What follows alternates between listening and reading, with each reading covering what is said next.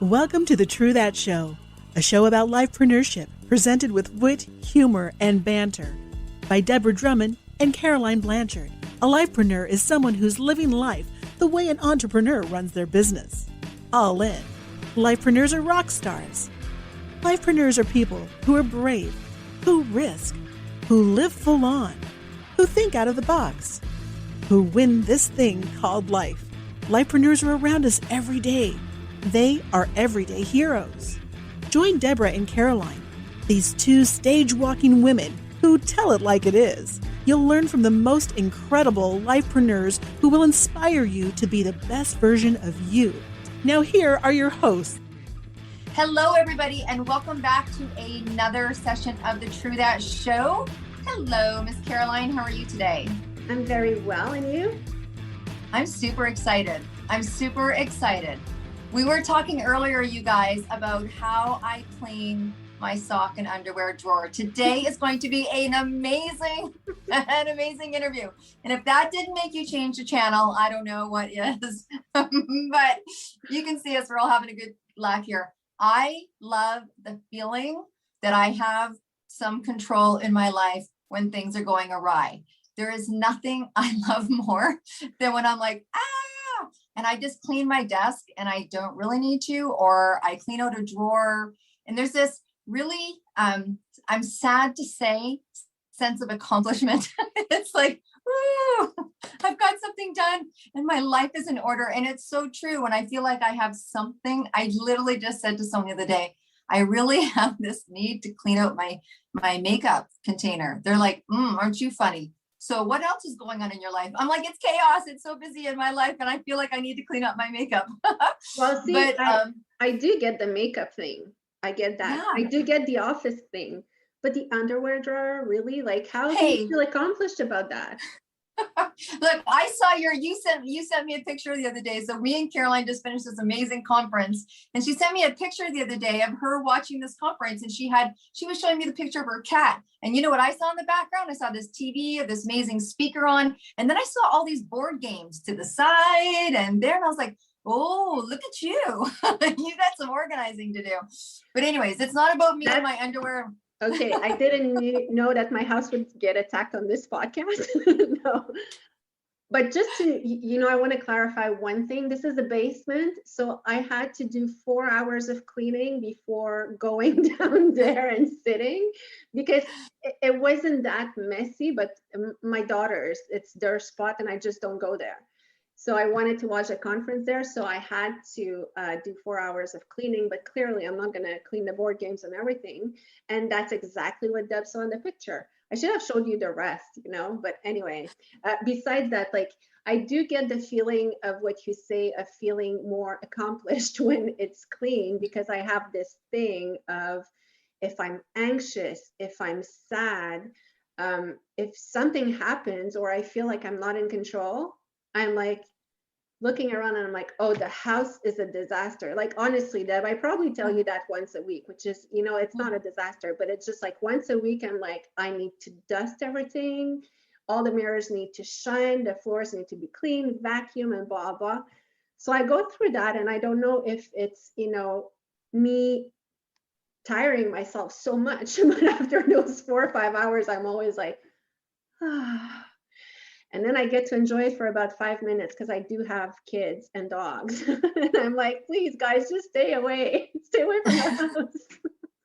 Well, that's why I'm super excited for our speaker today, which we should bring on, because people don't probably want to hear about our dogs and our socks. Because here's the interesting thing about, so Mel Mason is what calls the clutter coach, the clutter expert. And when you hear that, for me, there's all sorts of things that go on in my mind, like, why would someone want to be a clutter coach? What is it that drove her to that? What does that mean?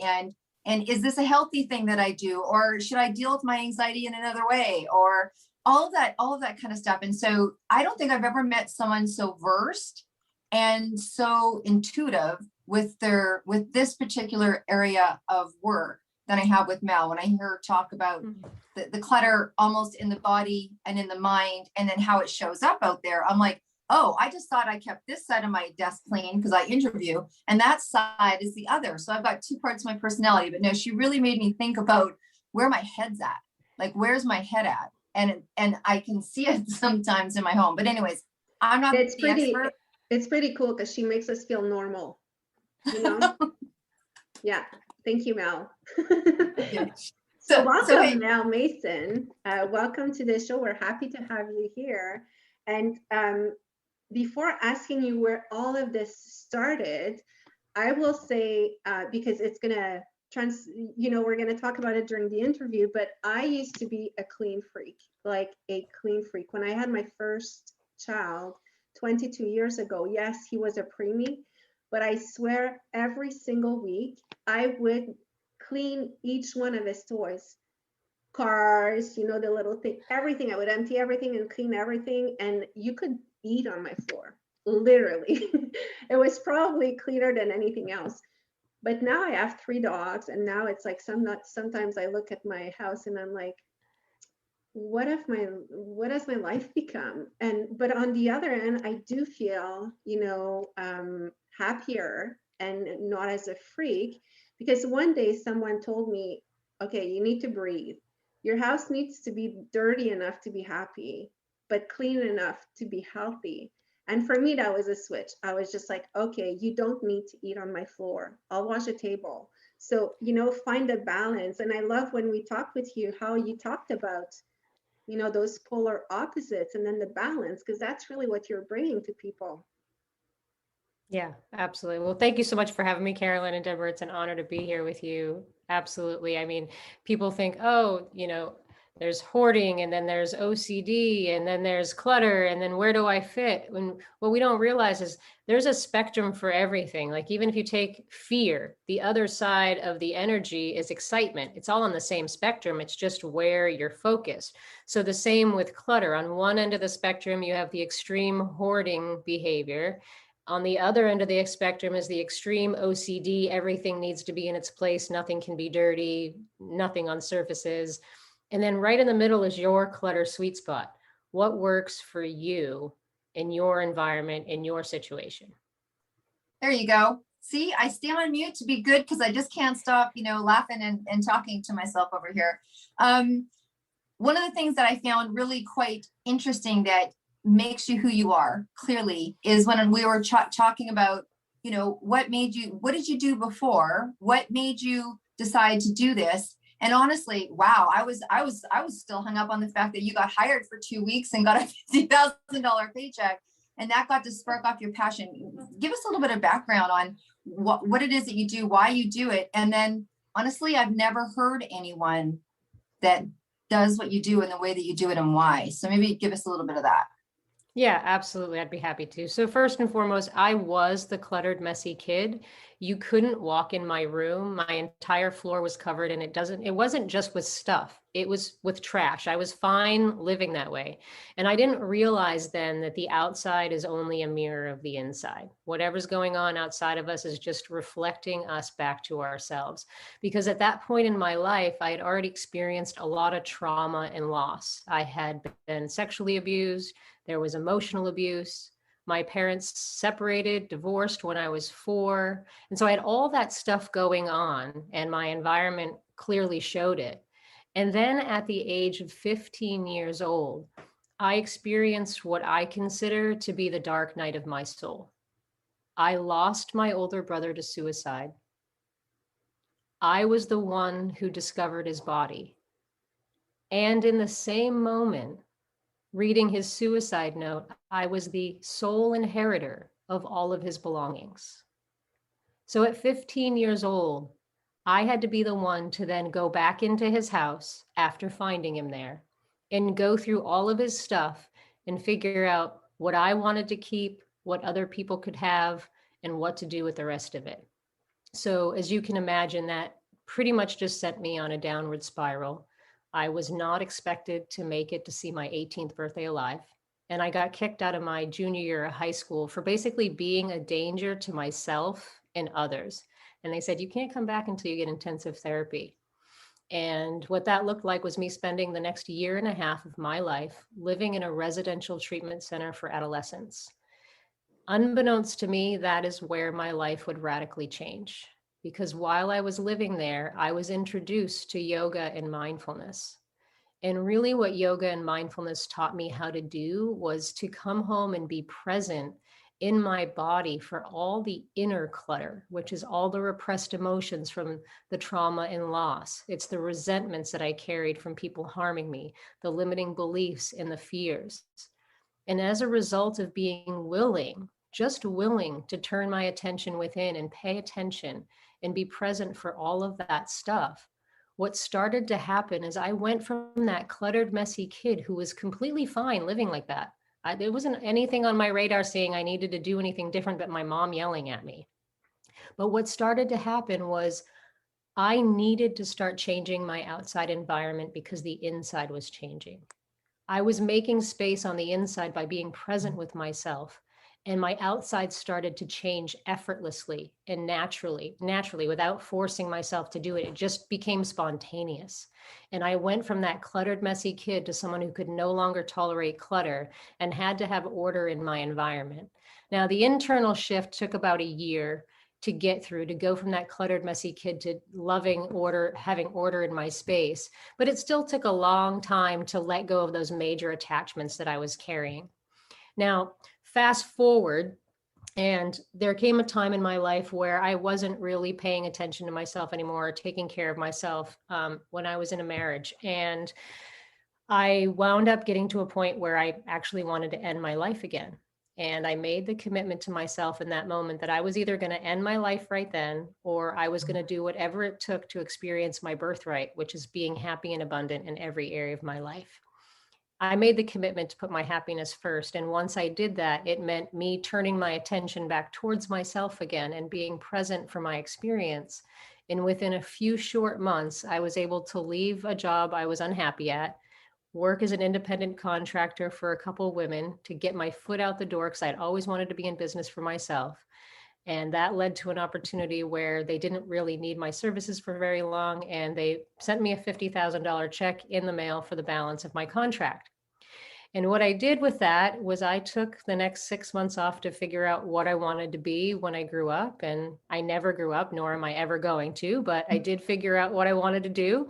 And I was watching the show Hoarders for the very first time. And at that point in my life, I loved creating order out of chaos. And I had a background in energy healing. I had taken Reiki, I had taken Theta, I'd done all kinds of different things. And watching that show made me completely horrified because when you have all of that stuff accumulating around you for years, it's like the Great Wall of China. That's someone's defense system. And the show goes in and has them rip it all away in like a 4-day period of time. And what happens is they're actually re-traumatizing the person and causing more harm. And then the clutter is going to come back way worse than it was before. So that just triggered me to make me want to start a company that would help people not get that way in the first place, but also get to the root of the clutter so that when you do actually make the decisions and clear it away, it doesn't keep coming back. And what it makes me think about is a bit like weight loss. And I'll use this analogy because a lot of people know weight loss in some way, somehow they experienced it. But it's like if you would need to lose weight and I would say you are not eating for 2 weeks, that's going to help you. But then after, clearly all the, your body will be starving and you will just go get more and more and more, as opposed to what you're offering is a lifestyle change, is how to eat properly, how to lose slowly, and how to keep the weight off.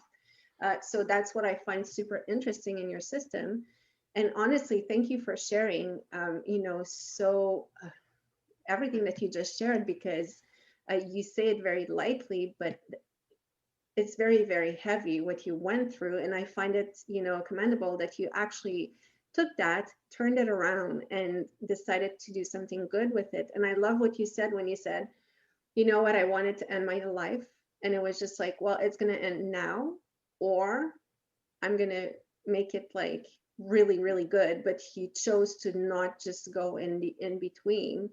And it says something about our system. Thank God that, there are resources that are offered But anyway, after all these comments that were just in my head, what I want to say is also, what do you think about people hoarding? Because you really worked with that, and you're familiar with that. Do you think that it's really the fear of losing, the fear of like, what's the hoarding thing? Because I have some people around me that are like that, and I'm always like, no, use it.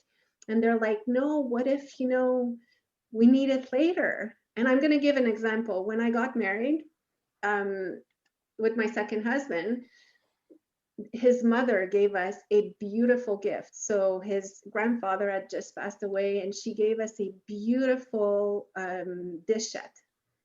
And it's apparently all engraved with gold, and it's super old. It's about 100 years and plus. I've never seen it because it's in a box. And one day I said, hey, why don't we use this dish set? And my husband is like, are you crazy? It's been in the family forever. Like, what if we break some?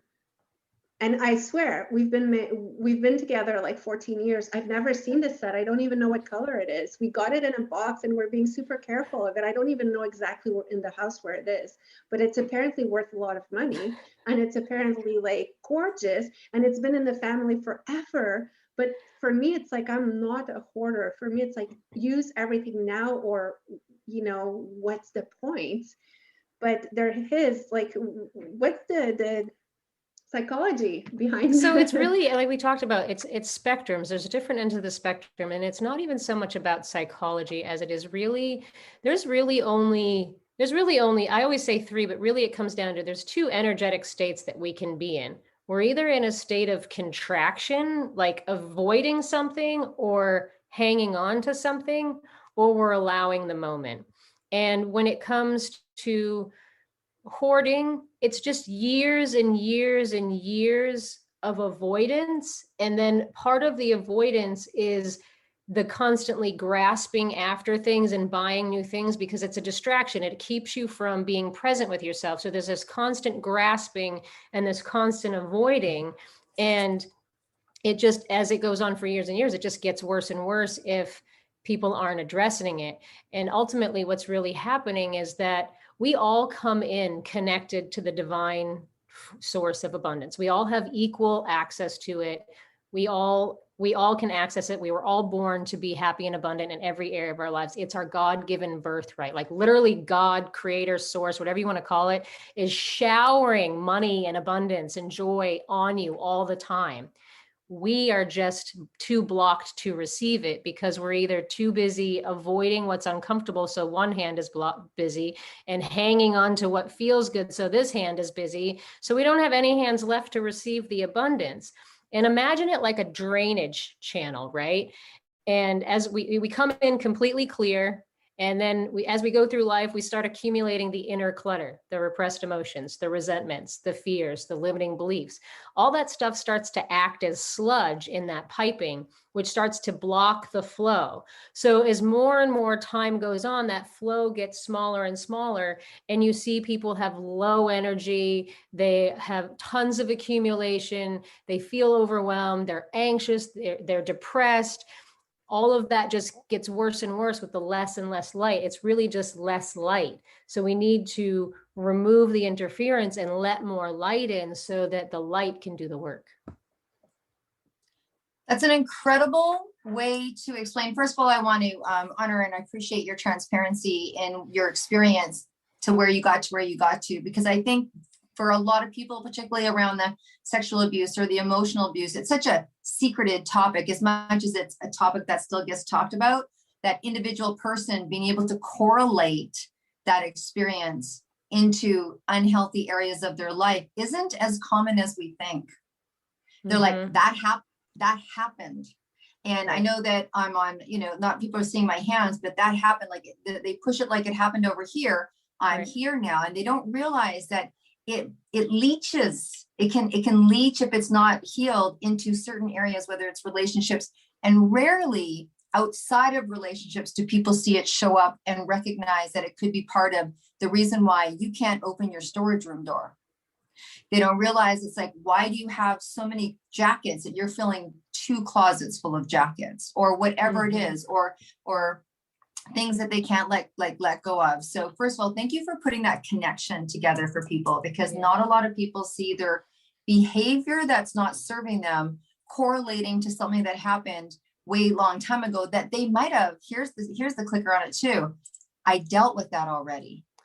Because sometimes it comes back because you're at a different stage in your life. I remember I have similar things in my history, and I remember, oh man, I did all sorts of work on it and counseling, and I went into this woman's place and we lived together for 6 weeks and we cried and joyed and blah, blah, blah, and overcame and left and like, woo, to the roof.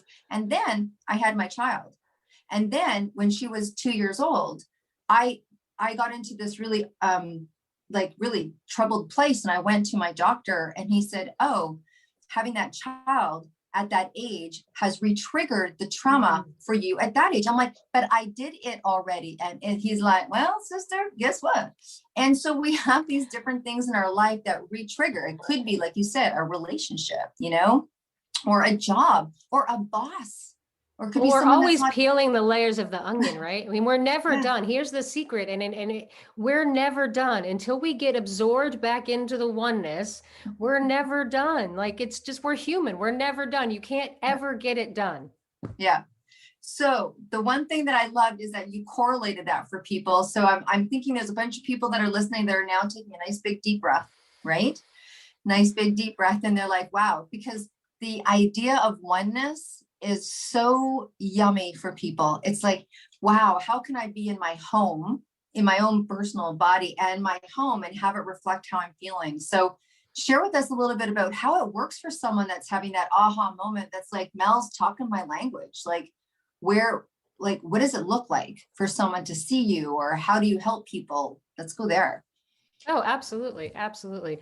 I specifically coach clients nowadays. When I first started in my business, I went into people's homes and helped them with their physical stuff, but that's really just putting a Band-Aid on the problem. Like we've talked about earlier, is the stuff is just the symptom. So what I really do is I coach clients. I work with them one-on-one individually, and I'm actually about to be launching a group program in a few months.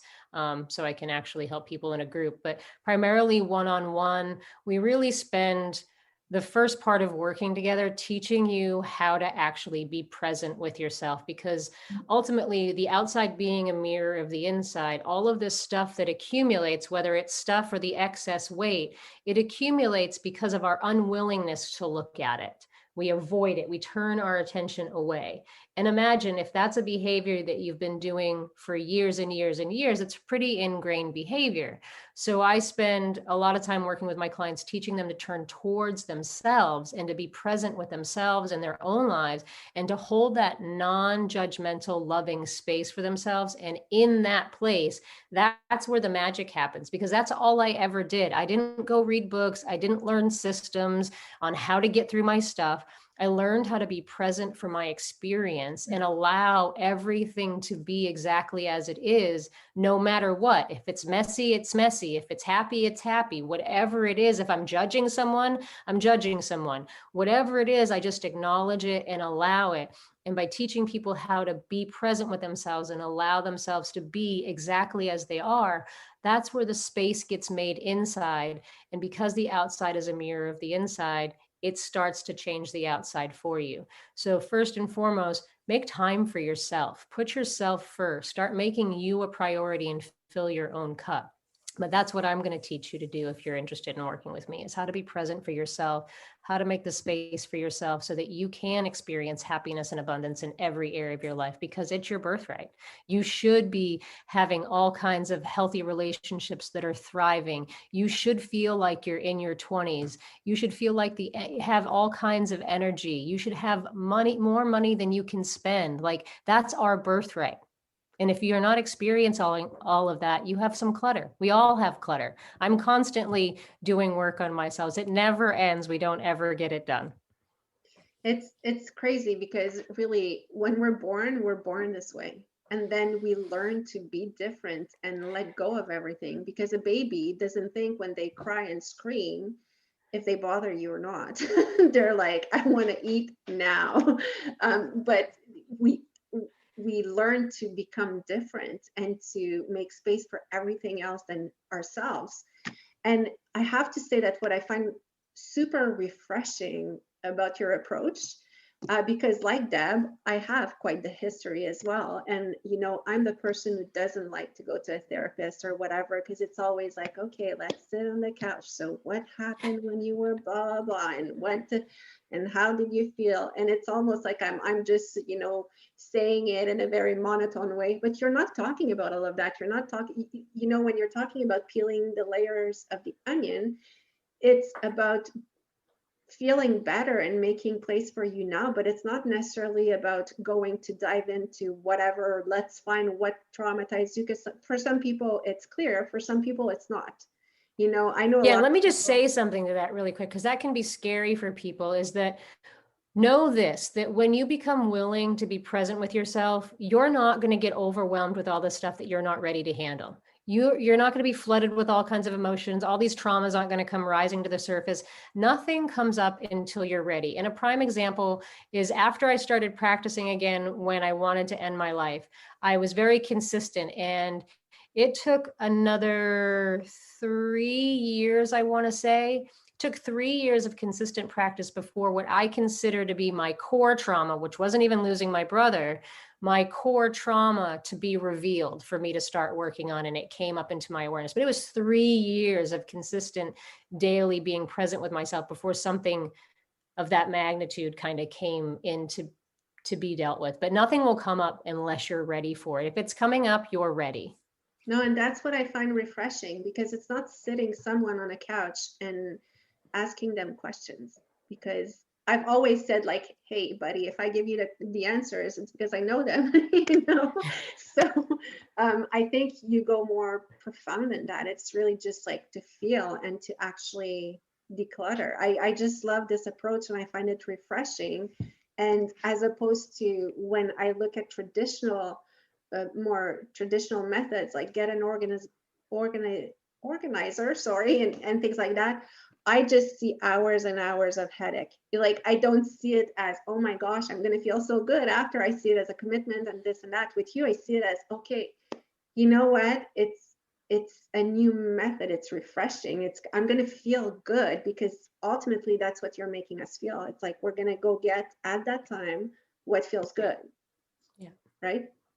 Love it. Love it. Well, it sounds to me like when you're doing it, it feels like an act of self-love, because you've brought my attention to the fact that it's about me and feeling good and feeling abundant. I mean, all those words that you just said, I mean, I can feel myself getting taller in my chair. I'm like, that's a very attractive state.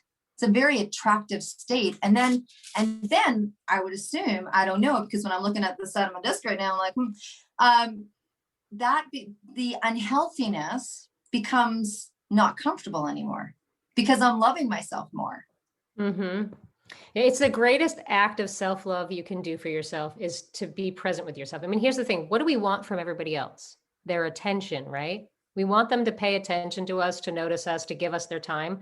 Well, it's a mirror reflection. We want our own time from ourselves. Mm-hmm. That's all we want. And when we start giving ourselves the time, then we attract the people that give us the time as well. So Mel, I know we're coming close to time, but honestly, I know that you've written a book. Can you tell us about the book? Because I want to read it now more than ever. Yeah, I wrote a book. I actually wrote it in 7 weeks last year. I was challenged by a coach to have a book, and I did it in 7 weeks. Absolutely blew her mind. It's called Freedom from Clutter, the guaranteed foolproof step-by-step process to remove the stuff that's weighing you down. I don't like to give clutter. So for all of your listeners, if you just go to freegiftfrommel.com, you can download the whole PDF for free right now. If you want an autographed copy of it, personalized by me, just go to my website, Decluttering Spaces, under products, you can find it and buy it, and I'll send you an autographed copy. But if you just want to get reading it now, go download the PDF at freegiftfrommel.com. That's phenomenal. And that super is very generous. generous. Thank you. You're gonna have It's about getting the message out there. Like, I did not write this to sell copies. Like, I just wrote it to get the message out there and, you know, give it away to people. I don't want to be giving people clutter. If you want the physical book, great, but get the information. My job is to get the information out there. The abundance comes from other places.